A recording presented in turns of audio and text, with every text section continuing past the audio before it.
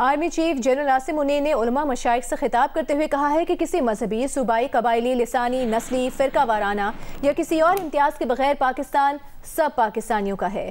کسی کے خلاف کسی کی جانب سے بھی عدم برداشت اور انتہا پسندانہ رویے کے لیے کوئی جگہ نہیں ہے۔ آرمی چیف کا کہنا ہے کہ ریاست کے سوا کسی بھی ادارے یا گروہ کی جانب سے طاقت کا استعمال اور مسلح کارروائی ناقابل قبول ہے۔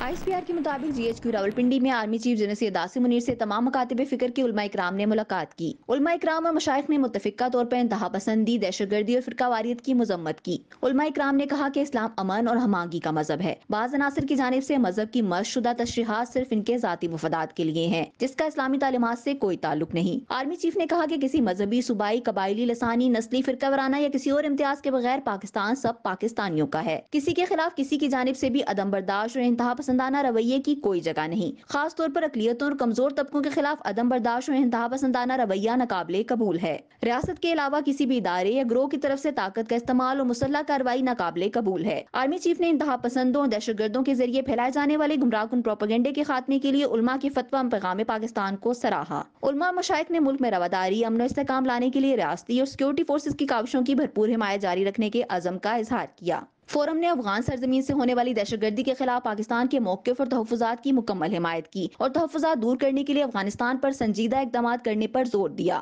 فورم نے غیر قانونی مقیم غیر ملکیوں کی وطن واپسی، ایک دستاویزی نظام، پاسپورٹ کے نفاذ، انسداد اسمگلنگ، ذخیرہ اندوزی اور بجلی چوری کے خلاف حکومتی اقدامات کی بھی حمایت کی۔ فورم نے غزہ میں جاری جنگ اور نہتے فلسطینیوں پر مظالم پر غم و غصے کا اظہار کرتے ہوئے اسے انسانیت کے خلاف جرائم قرار دیا۔ سرمین زہرا، جیو نیوز، اسلام آباد۔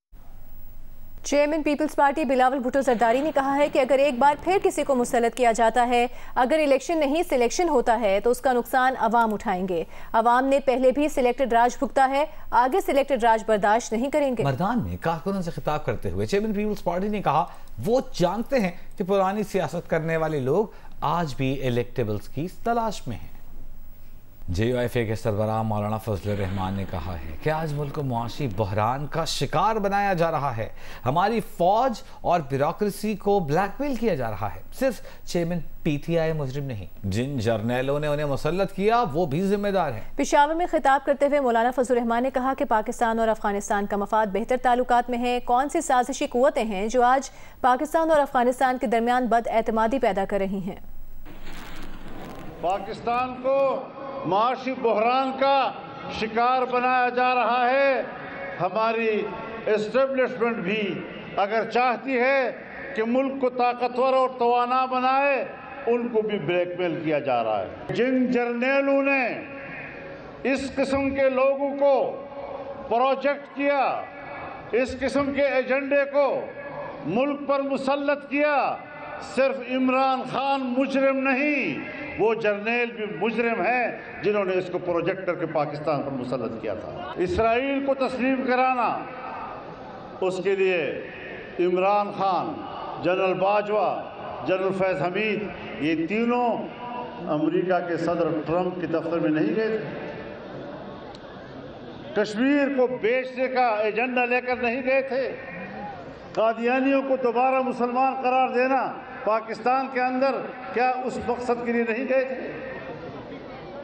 یہ ساری چیزیں ہمیں معلوم ہیں اور ہم نے سخت موقف اختیار کیا۔ ہم نے کہا لوگوں کو سمجھ آئے یا نہ آئے، اگر ہمیں بات سمجھ میں آ رہی ہے تو ہمیں وہی کرنا چاہیے جو اس کا حق ہے۔ مسلم لیگ نون کے صدر شہباز شریف نے کہا ہے کہ پاکستان کی معاشی ترقی اولین ایجنڈا ہے۔ عوام کو مہنگائی سے اسی طرح نجات دلائیں گے جیسے لوڈ شیڈنگ، دہشت گردی اور بے امنی سے نجات دلوائی تھی۔ سابق اراکین قومی اسمبلی اور پارٹی ٹکٹ ہولڈر سے گفتگو میں شہباز شریف نے کہا کہ انتخابات میں نون لیگ کی جیت مہنگائی کے ساتھ عوام کی جیت ہوگی۔ نواز شریف کی قیادت میں پاکستان کی ترقی کا سنہرا دور شروع ہوگا۔ پارٹی کارکن اور رہنما روایتی جذبے اور عزم کے ساتھ الیکشن کی تیاری کریں۔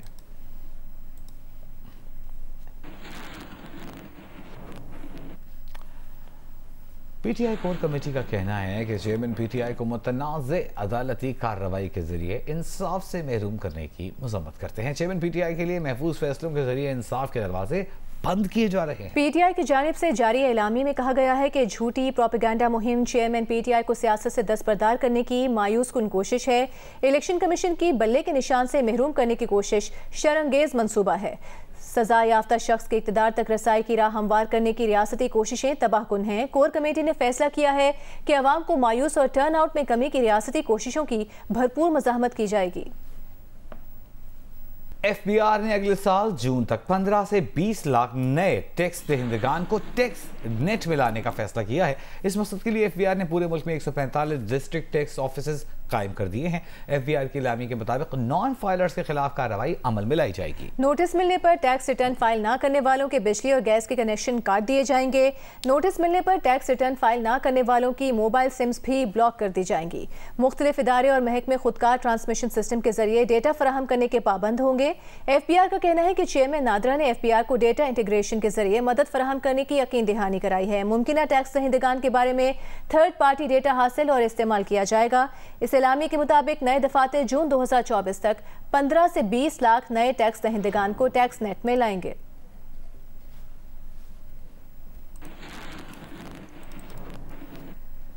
اور آلودہ دھند پنجاب میں سمارٹ لاک ڈاؤن کی وجہ بن گئی۔ اسماگ کی وجہ سے کل پنجاب کے 10 اضلاع میں سمارٹ لاک ڈاؤن کا نوٹیفیکیشن جاری کر دیا گیا۔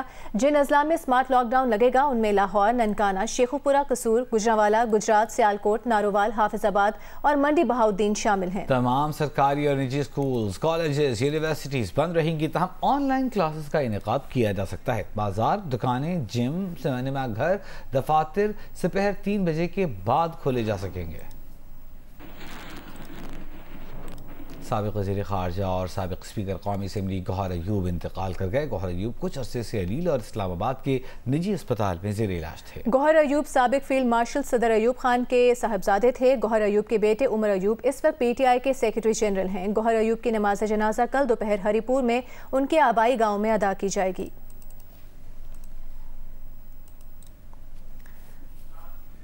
غزہ میں فلسطینیوں کی نسل کشی پر اسرائیلی حکام کی ہٹ دھرمی برقرار ہے۔ امریکی نشریاتی ادارے کو انٹرویو دیتے ہوئے اسرائیلی وزیر اعظم نیتن یاہو کے سینئر مشیر نے اسرائیلی فورسز کے ہاتھوں فلسطینیوں کے قتل سے ہی انکار کر دیا۔ پی ٹی آئی کے رہنما علی محمد خان نے کہا ہے کہ پارٹی چیئرمین اور وائس چیئرمین کے جیل میں ہونے کے باوجود پی ٹی آئی انتخابی میدان میں اترنے کے لیے تیار ہے۔ علی محمد خان کا کہنا ہے کہ ہماری انتخابی مہم 9 اپریل کو ہی شروع ہو گئی تھی۔ انتخابی ٹکٹس کے حوالے سے بہت سے فیصلے ہو گئے ہیں۔ علی محمد خان کا تفصیلی انٹرویو آج رات 10 بجے جیو نیوز پر دیکھیے۔ پروگرام آج شاہ زیب خان زادہ کے ساتھ میں۔